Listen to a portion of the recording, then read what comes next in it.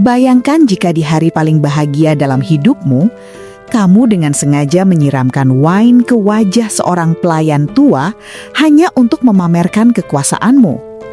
Itulah yang dilakukan Bella, sosialita angkuh yang merasa telah memenangkan segalanya di pesta pertunangan mewahnya. Namun tahukah Anda, cairan merah yang membasahi pelayan itu justru menjadi awal dari kehancuran hidup Bella selamanya. Ini bukan sekadar kisah nyata tentang drama menantu dan mertua, melainkan sebuah cerita inspiratif tentang kekuatan kerendahan hati yang mengalahkan kesombongan. Bella tidak pernah menyangka bahwa pelayan yang dia paksa mencuci ribuan piring kotor adalah Nyonya Lee, pemilik tunggal imperium hotel terbesar di Asia sekaligus calon ibu mertuanya sendiri. Bagaimana perasaanmu jika orang yang paling kamu hina ternyata adalah orang yang memegang kunci masa depanmu? Simak detik-detik mencekam saat penyamaran sang ratu bisnis terbongkar dan membuat seluruh kota gemetar. Sebuah pelajaran mahal bahwa harta bisa dicari, namun adab adalah harga mati. Apakah Bella akan mendapatkan ampunan atau justru terbuang selamanya? Temukan jawabannya hanya di Jejak Kisah Keluarga. Assalamualaikum warahmatullahi wabarakatuh. Dukung terus channel Jejak Kisah Keluarga agar kami bisa membagikan kisah nyata dan cerita inspiratif ini. Mohon dukungannya untuk subscribe, like, dan komen, serta nyalakan loncengnya. Tolong tulis sholawat di kolom komentar agar kita semua mendapatkan syafaat di hari akhir. Bagi yang sudah mendukung, saya doakan rizkinya melimpah, panjang umur, dan selalu dalam keberkahan Allah Subhanahu wa Ta'ala. Amin. Darah seolah berhenti mengalir saat cairan dingin berwarna merah itu membasahi wajah keriput Nyonya Lee. Bukan darah, melainkan wine mahal seharga jutaan rupiah yang baru saja disiramkan dengan sengaja. Di hadapannya, Bella, wanita muda yang akan segera menjadi menantunya, tertawarnya tanpa rasa bersalah sedikitpun. Bagi Bella, wanita tua di hadapannya hanyalah seorang pelayan rendahan yang ceroboh, sebuah noda di pesta pertunangan mewahnya. Namun, ada satu hal fatal yang tidak diketahui oleh Bella saat dia merendahkan sosok itu di depan teman-teman sosialitanya. Tawa para tamu undangan bagaikan jarum yang menusuk telinga. Mereka berbisik, mencemooh penampilan lusuh wanita tua itu, menyebutnya tidak tahu diri karena berani masuk ke area VIP. Bella, dengan dagu terangkat tinggi, menikmati momen kekuasaannya. Dia merasa seperti ratu di istana ini, tidak menyadari bahwa lantai marmer tempat hak tinggi sepatunya berpijak, pilar-pilar emas yang menjulang, dan setiap inci kemewahan di ruangan itu sebenarnya tertulis atas nama wanita tua yang sedang dia hina tersebut. Dengan nada suara yang dibuat-buat agar terdengar berwibawa, Bella memberikan ultimatum. Dia tidak memecat pelayan tua itu. Tidak, itu terlalu mudah. Dia ingin memberikan hukuman yang lebih memalukan. Dia memerintahkan Nyonya Lee untuk mencuci seluruh piring kotor bekas pesta pertunangan ini sendirian, atau dia akan memastikan wanita tua itu tidak akan pernah mendapatkan pekerjaan di kota ini lagi. Sungguh ironi yang menyedihkan. Seorang calon menantu memeruh ibu mertuanya sendiri menjadi babu di pestanya sendiri. Langkah kaki Nyonya Lee terdengar berat namun stabil saat dia berjalan menuju dapur. Tangannya menyentuh dinding lorong, merasakan tekstur wallpaper sutra yang dia pilih sendiri 10 tahun lalu saat membangun hotel ini dari nol.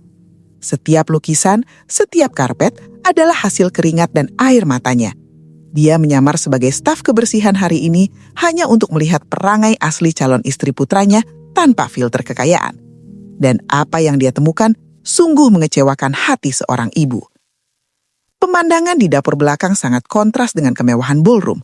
Tumpukan piring kotor menjulang tinggi seperti menara kegagalan moral Bella. Tanpa mengeluh, Nyonya Lee mulai bekerja. Dia tidak asing dengan pekerjaan kasar. Sebelum menjadi konglomerat properti dan pemilik jaringan hotel terbesar di Asia, dia hanyalah penjual makanan pinggir jalan. Dia tahu rasanya perih sabun cuci piring di tangan. Dia tahu rasanya punggung yang patah karena bekerja. Tapi hari ini, rasa sakit itu bukan di tangan, melainkan di hati. Ingatannya melayang ke masa lalu. Masa-masa di mana dia harus menjadi kuli bangunan di siang hari dan penjahit di malam hari demi membelikan susu untuk David, putra sematawayangnya. Dia bersumpah pada dirinya sendiri bahwa David tidak akan pernah merasakan hidup susah. Dia bekerja keras, menahan lapar, dan membangun kerajaan bisnis ini agar anaknya bisa hidup layaknya pangeran. Namun, dia lupa mengajarkan satu hal penting pada putranya. Bagaimana memilih wanita yang melihat hati, bukan harta. Di ruang pesta, sang pangeran akhirnya tiba. David, putra tunggal Nyonya Lee, masuk dengan wajah bingung mencari keberadaan ibunya. Dia sudah berjanji ibunya akan datang, meski ibunya bilang akan datang dengan cara yang berbeda. Bella yang melihat David langsung menggubah topengnya. Wajah kejam itu lenyap seketika, digantikan senyum manis yang mematikan. Dia memeluk lengan David, menyembunyikan fakta bahwa dia baru saja mengusir ibu kandung pria itu ke tempat pembuangan sampah. Ketika David bertanya di mana ibunya, Bella dengan lancar merangkai kebohongan. Dia berbisik bahwa seorang wanita tua kumuh mencoba masuk mengaku sebagai ibunya dan keamanan telah mengusirnya demi menjaga nama baik keluarga. David yang polos dan terlalu mempercayai tunangannya hanya bisa menghela nafas kecewa. Dia berpikir ibunya mungkin malu dengan latar belakang sederhananya di hadapan teman-teman elit Bella. Padahal kenyataannya justru sebaliknya. Sementara itu, kepanikan mulai melanda manajemen hotel. Manajer umum baru saja mendapat kabar bahwa pemilik utama grup perusahaan, Nyonya Lee yang legendaris, sedang melakukan inspeksi mendadak hari ini. Tidak ada yang tahu wajah aslinya, karena dia jarang tampil di media. Manajer berlarian mencari sosok wanita berwibawa dengan pakaian desainer. Sama sekali tidak menyangka bahwa big boss mereka sedang mencuci piring di dapur kotor di lantai yang sama. Bella merasa belum puas. Dia selinap ke dapur dengan alasan ingin memeriksa menu. Padahal tujuannya adalah memastikan si pelayan tua itu menderita. Dia menendang kursi, melontarkan kata-kata pedas tentang betapa lambatnya kerja orang miskin. Dia ingin melihat Nyonya Lee menangis, memohon ampun. Tapi yang dia dapatkan hanyalah punggung yang tegak dan diam. Ketenangan Nyonya Lee justru membuat api kemarahan Bella semakin membara. Perang! Suara porselin pecah menggema di seluruh dapur. Dengan sengaja, Bella menyenggol tumpukan piring yang sudah dicuci bersih. Pecahan beling berserakan di lantai yang basah. Dengan senyum licik, Bella bersiap untuk berteriak memanggil manajer, menuduh Nyonya Lee yang memecahkannya karena ceroboh. Ini adalah taktik klasik untuk menyingkirkan orang yang tidak disukainya. Sebuah jebakan yang dia yakini akan berhasil sempurna. Kamu harus ganti rugi 10 kali lipat. Harga piring ini lebih mahal dari gajimu setahun, bentak Bella. Dia menikmati momen ini, merasa memegang kendali penuh atas nasib wanita tua itu. Staf dapur lain hanya bisa menunduk takut. Tidak ada yang berani melawan calon istri pemilik acara. Namun Nyonya Lee yang sedang berjongkok memungut pecahan beling itu tersenyum tipis. Dia tahu persis harga piring itu karena dia yang mengimpornya langsung dari Italia. Keributan itu memancing manajer umum masuk. Melihat kekacauan itu, Bella langsung memainkan perannya sebagai korban. Pak manajer, pelayan tidak becas ini merusak properti hotel dan hampir melukaiku, adunya dengan nada manja. Manajer yang sedang stres karena mencari pemilik hotel langsung meledak emosinya. Tanpa memeriksa fakta, dia siap memecat siapa saja yang membuat masalah di hari penting ini. Dia berjalan marah menuju Nyonya Lee yang masih membelakanginya. Tangan manajer sudah terangkat untuk menarik bahu pelayan itu, namun gerakannya terhenti seketika di udara. Matanya menangkap kilauan hijau dari balik busa sabun di tangan Nyonya Lee. Sebuah cincin giok naga. Itu bukan perhiasan sembarangan, itu adalah simbol kekuasaan tertinggi di grup Lee. Cincin legendaris yang hanya dipakai oleh pendiri perusahaan. Wajah manajer pucat pasi, keringat dingin mengucur deras. Dia mengenali cincin itu dari foto sejarah perusahaan di lobi utama. Nyonya Lee menyadari kehadiran manajer. Dengan gerakan halus, dia menoleh sedikit dan memberikan isyarat diam. Tatapan matanya yang penuh otoritas mengkonfirmasi segalanya. Manajer itu seketika paham. Wanita yang sedang disuruh mencuci piring ini adalah bos dari bosnya. Kakinya gemetar, ingin bersujud. Namun isyarat Nyonya Lee jelas, jangan bongkar penyamaranku sekarang. Bella yang sibuk dengan keangkuhannya melewatkan momen krusial yang akan menentukan nasibnya ini. David yang merasa ada yang tidak beres, akhirnya menyusul ke dapur.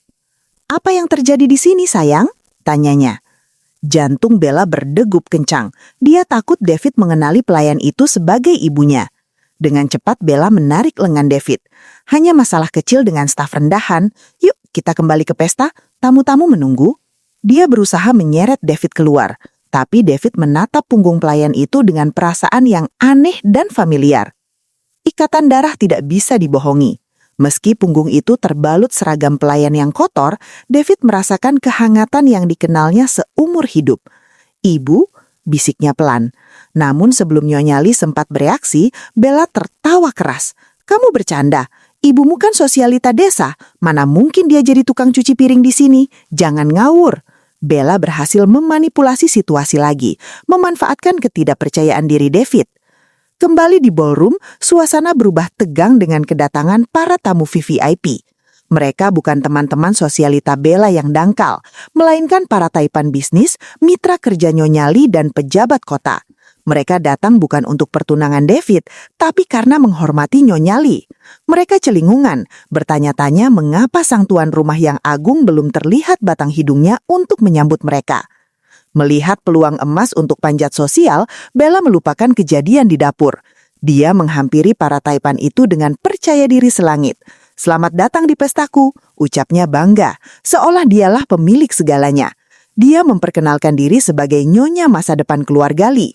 Namun para taipan itu hanya menatapnya dingin. Salah satu dari mereka bertanya, "Kami mencari Nyonya Lee senior. Di mana beliau? Kami ingin membahas kontrak resort di Bali." "Tidak enak badan?" Suara Bella tercekak saat melihat sosok yang berjalan keluar dari pintu dapur. Bukan lebat pintu samping, tapi langsung menuju tengah ballroom. Nyonya Lee berjalan membelah kerumunan. Meski masih menggenakan seragam pelayan, aura yang dia pancarkan kini berubah 180 derajat. Langkahnya penuh wibawa, kepalanya tegak, tatapannya menyapu ruangan seperti seekor singa betina yang kembali ke kawanannya. Panik karena kebohongannya terancam, Bella kehilangan akal sehatnya. Dia berlari menghadang, berteriak di depan ratusan tamu. "Dasar pelayan gila, siapa yang menyuruhmu masuk ke sini? Security, seret dia keluar." Teriakannya menggema, merusak musik klasik yang mengalun. Dia berpikir ini adalah cara terbaik untuk menyelamatkan muka, dengan mempermalukan pengacau itu secepat mungkin sebelum ada yang bertanya-tanya. Tangan Bella melayang di udara, berniat mendaratkan tamparan keras untuk membungkam wanita itu. Namun tamparan itu tidak pernah sampai. Dengan refleks yang tak terduga dari seorang wanita seusianya, Nyonya Lee menangkap pergelangan tangan Bella. Cengkeramannya kuat dan menyakitkan. Untuk pertama kalinya, Bella melihat api yang mengerikan di mata pelayan itu. Bukan api kemarahan seorang bawahan, tapi api penghakiman seorang penguasa.